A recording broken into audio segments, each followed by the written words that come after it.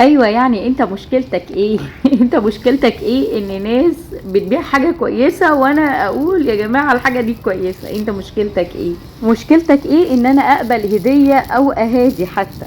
تعال اسالني وقول لي ايه هي العيوب او مميزات الكلفه، او ايه الفرق بينها وبين الكلفه اللي انت بتستخدميها، وانا لو نافقت او غشيتك هنا تقول ستوب، انت بتتفقي عشان واخده هديه. كل اللي حصل اني من شهرين عملت دعايه مجانيه، رفضت ان انا اخد حاجه عشان ما يتقالش نفس كلامك كده، والراجل مشكور بعد ما عملت له الدعايه اهتم، واعتبرتها نوع من التقدير، وقلت ممكن يكون سبب رزق لان حاجته كويسه، وكان في نيتي لو هو بعت حاجه هحط ضعفها للمتابعين، وده اللي حصل. وقبل تعليقك انا كنت عامله كده وقلت يا جماعه الراجل هداني تقريبا ب20 كلفه، في 40 كيلو كلفة هيتوزعوا في رمضان ان شاء الله.